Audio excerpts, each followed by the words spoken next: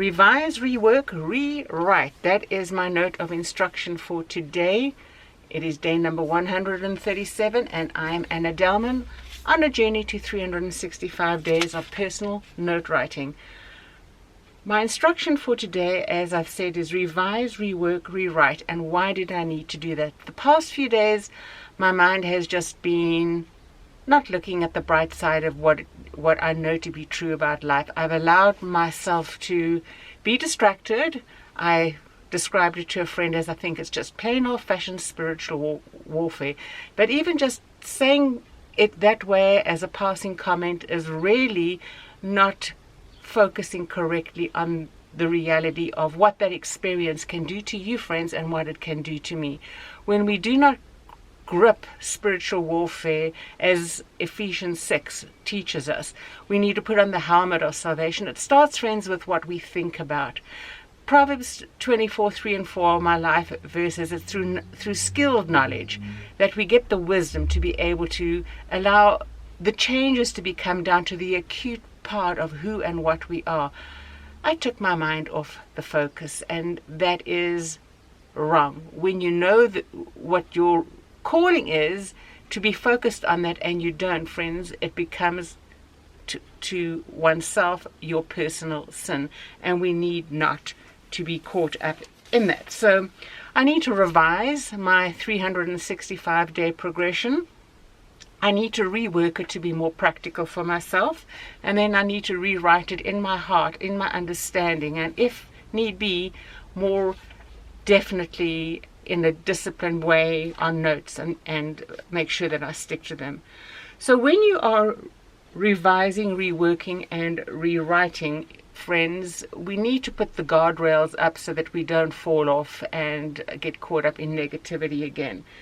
But when you're putting up guardrails, you need to look at the terrain that you are on. What are you walking in and through in life that you need to put up guardrails? If it's a wide open field with just a little uneven ground, some kind of a little twiggy tree structure would be good. If it's a more unstable terrain, a medium kind of, maybe something metal. If it is rough terrain, friends, concrete with some kind of a foundation is good, so that you don't topple off. The more difficult our terrain is when it gets to the narrow pathways that are going down steep declines or high inclines, friends. We need guardrails that we can hold onto and grip to get our footing and to keep going. That's what you need to understand, what is true for your life, and I need to make sure I have those guardrails in place, that I can walk correctly on the narrow path that I am walking on and through in life. Now, yesterday I did mention that when we are walking through a valley, and the fragrance and the aroma and the sweetness, the perfume of life that we've had in the past is no longer there. In the valley, that's where you find the grasses and the herbs and the low-growing plants. Now, if you are taking step after step after step in the right direction, your feet are going to crush the grasses and the herbs, that which is growing there, and they will emit some kind of a fragrance, some kind of aroma, and that, friends, is the new perfume of your life. It is more earthy, it is more basic, it is more in line with the foundational narrow path you are walking on. So I also mentioned in the past few days the Charles Spurgeon quote that if any other place had been better for you, God would have placed you there. He has you where you are, as he does me, for him to be glorified in our lives. I was thinking about which scripture verses could I encourage you with the best, and I have it in yesterday's notes down below. It's also in today's notes down below, but Romans 12:2, do not be conformed to this world, but be transformed in the renewing of your mind to prove what is the good and perfect will of God. Now, friends, you can have a facade of saying, oh, this is wonderful, I'm so grateful for my circumstances where I'm at. Are you then truly being transformed, or are you conforming to the facade?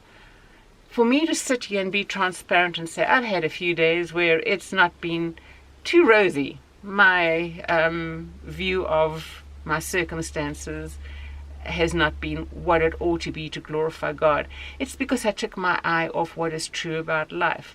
The presence of God, in my experience, emotionally, mentally, physically, not physically, yes, physically I could say that, but spiritually too, has been more perfected, more profound where I'm here now than had I been living or when I was living elsewhere.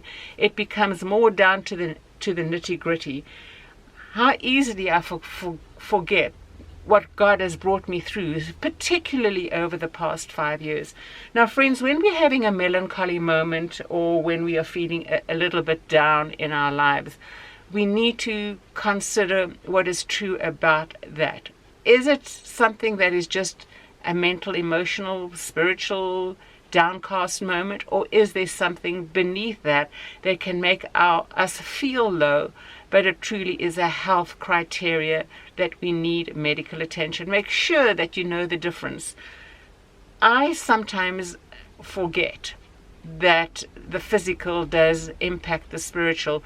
However, the spiritual in turn should be able to speak into the physical and put you on the right thinking, but you do need to get the medical attention you need if you are feeling down in a moment. So friends, remember, when you're in the valley and you walking in trust of God one step after the other, the crushed plants beneath your feet are going to emit an aroma for you to appreciate, which is your encouragement to keep stepping one step after the other. Now, I live in a desert area. I do plant herbs. I can rub the new growth between my fingers and I get their fragrance. But if you're walking in a desert amongst the dunes, there is no fragrance coming up, yet there is, one foot after the other. And if you truly want to analyze when you look back and see just your feet, it is not just your feet, friend. If it wasn't for God to give you the grace to take one step after another, you wouldn't be able to have the breath for the next one. And that is just the true, friends, of your predicament as it is on mine. So remember, revise your strategy for the changes you want to make.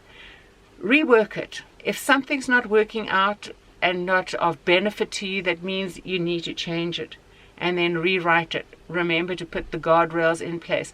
My guardrails, I need to keep looking heavenward and be biblically focused in what I am doing and what I'm working on, because if I'm not doing that in a humble way each day, it is very easy to be distracted. So friends, until tomorrow, be encouraged. You can do it. I know you can. And I know that, friend, because God has privileged me to be able to do it in my life. And if He's doing that for me, He can do it for you too. So until tomorrow, take care and God bless. We will talk again. Bye-bye for now.